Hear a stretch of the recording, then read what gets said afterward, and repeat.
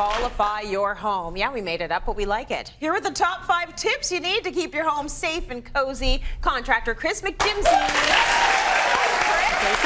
Happy fall.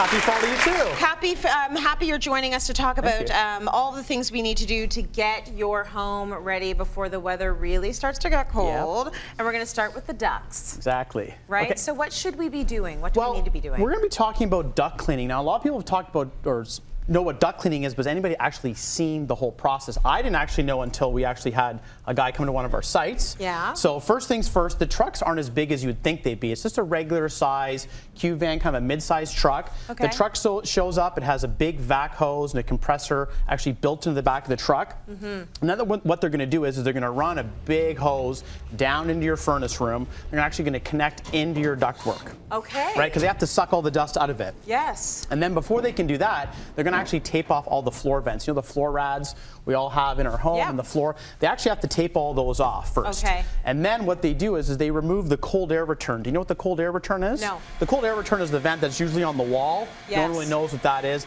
That actually sucks the air. So when you kick on the furnace for the hot air, the cold air return is what sucks it back down into the furnace. Okay. They remove that and you'll see there's actually a ton of dust and gunk in there. And they're just cleaning that out. They're sucking it all out. We should actually all know who this, what this process is. Oh, yeah. Because we all get about 3 phone calls a day asking if we need to have our duct cleaned. Exactly. So, I mean, has anyone taken them up on it? Like, we should all know what this process is. Well, I was telling my dad about this process. Those guys are calling me all the time. I'm like, you got to do it, Dad. So do it. So how often should you be getting your ducts clean? Well, they say if you have allergies or if you have pets or asthma, they say do it once a year. Okay. But in most cases, we do it every 2 to 3 years. And in this case here, it's a current project that I'm on. So if you're doing any kind of renovation, get the ducts clean because it helps your system run better. But you can also damage the system, right? If you have all this construction debris in it. Yeah. And then once they've taken off for the cold air return, they actually blow the dirty air back down into the furnace. And that's when they kick on the machine.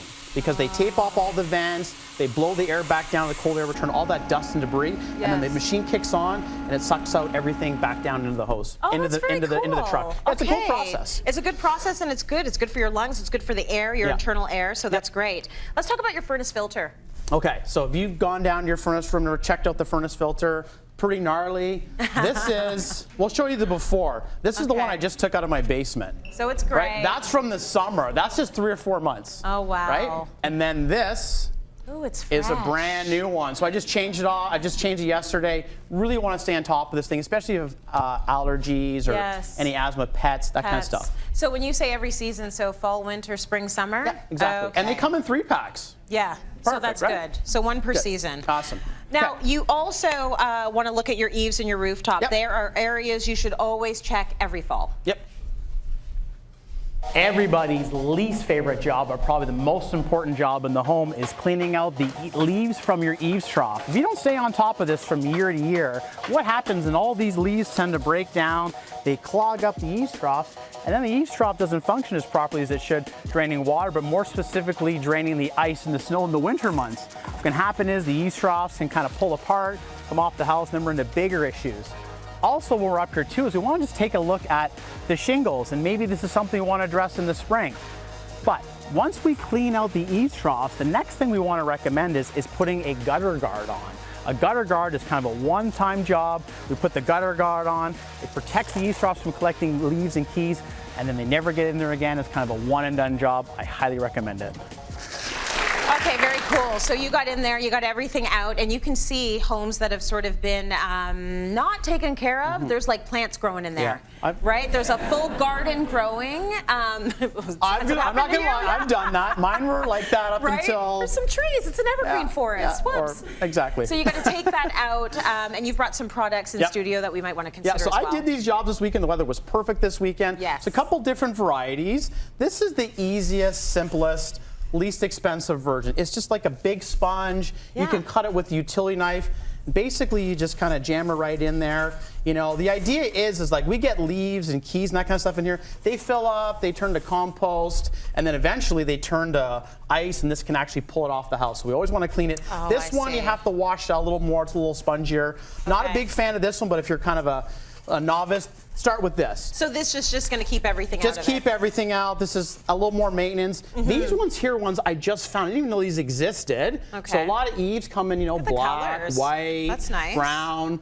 These are vinyl. These are great. Yeah. Same thing, pretty easy. The Okay. ones that I actually really like and the ones that I put on at home this weekend were these aluminum ones. This is so great. The aluminum ones are a little more of a permanent thing. Takes a little more work. This is something you may have to hire like a window or eaves company. They can put this in. Yeah. You need a sturdy ladder. You need the right tools.